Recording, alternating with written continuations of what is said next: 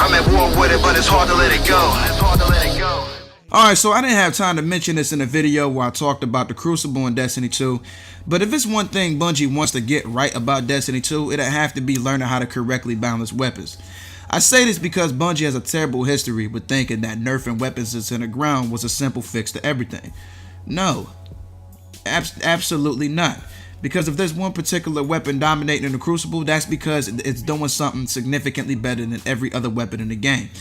The solution is to buff every other gun in the game to an extent so that more than 2 or 3 guns have competitive value. Not only will a meta not be able to exist, but freedom of choice and individuality are simultaneously promoted.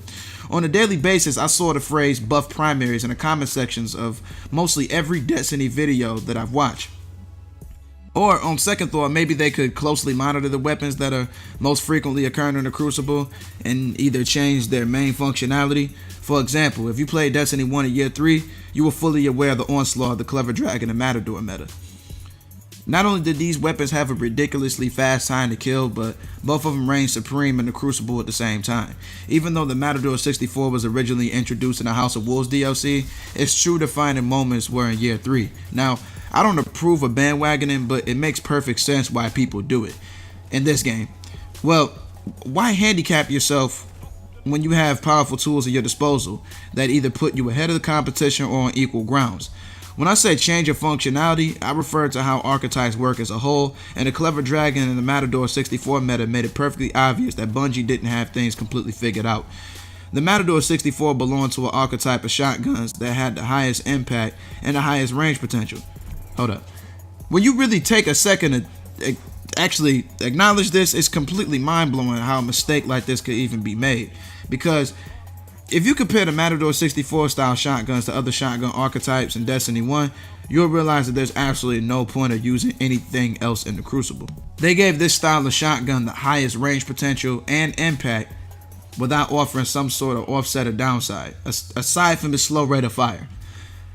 It would make sense if they had the highest impact and the lowest range to balance it out, or if there existed an archetype of shotguns that had the highest range but the lowest impact. The dominance of this Matador 64 archetype of shotguns led to a nerf to shotguns as a whole, which literally made zero sense. It's almost like if one of your siblings did something stupid to get in trouble, but all of you and your other brothers and sisters got grounded as well, knowing doggone well that you did nothing wrong. The Clever Dragon nerf was pretty crazy too, because only that particular archetype was hit, not pulse rifles as a whole, which made perfect sense. Now, the Clever Dragon archetype had its magazine and rate of fire reduced, which lowered its time to kill to roughly 0.87 seconds, I believe, which is the same time to kill as the Hawksaw style pulse rifles. This nerf made it completely pointless to use the Clever Dragon alongside everything else in this direct archetype in favor of the Hawksaw archetype of pulse rifles. You could say that correlates to my point of altering functionality of a particular weapon archetype, but not to the extent of making it useless to use. If all Bungie plans on doing is backhand slapping every gun that dominates in the Crucible into outer space, then they'll continue to play catch up for the entirety of Destiny 2 and reiterate the same mistakes that they made in the first Destiny game. But all of this will be avoided if every weapon lacks something that placed it leaps and bounds ahead of everything else. I know I beat down on the Clever Dragon and Matador meta earlier, but out of all the years of Destiny 1 that was around, year 3 had the most potential to actually get things organized in the Crucible. Now, the second that the Clever Dragon and Matador got nerfed, their reign of supreme in the Crucible came to an abrupt halt, and an influx of new weapons started popping up in the Crucible again. That's because these two weapons were so dominant that the PvP populace felt that they reobtained their freedom of choice and were allowed to use weapons that would have never been perceived as competitive or relevant for that matter.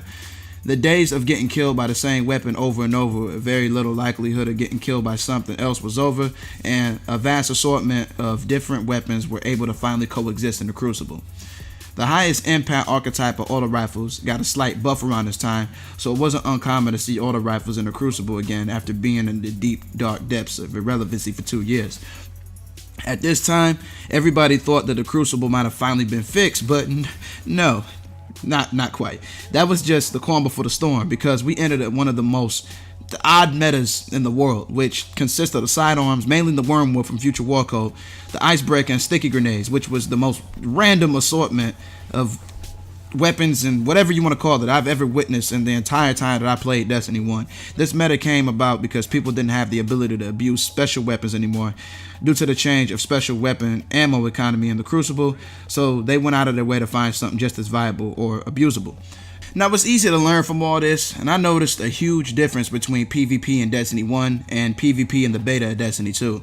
There were obvious changes present in the beta, and I really feel that Bungie is doing everything they can not to only maintain balance in the Crucible in Destiny 2, but to give everybody a fair chance. Hopefully the days of monotony in the Crucible are over and everybody has the ability to succeed, because in all seriousness, Destiny is a video game, and the sole purpose of a video game is to entertain. Because I'm sure that there's not a single thing entertaining about seeing the same trends happen over and over again.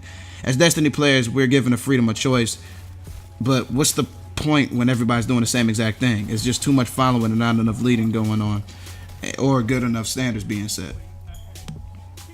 But if you really think about it, the static talent trees on all weapons that's being introduced in Destiny 2 could potentially preclude a meta from ever happening in Destiny 2's PvP, alongside the likelihood we'll see, or hopefully see, a massive arsenal of weapons to choose from. Because it wouldn't make sense for every weapon in the game to have a non-variable set of perks if we didn't get several hundred of them at launch. As of presently, everybody's sights should be set on paving a brand new avenue of success for Destiny 2, where Destiny 1 has several shortcomings, because we can't have any bland colors on this freshly new canvas.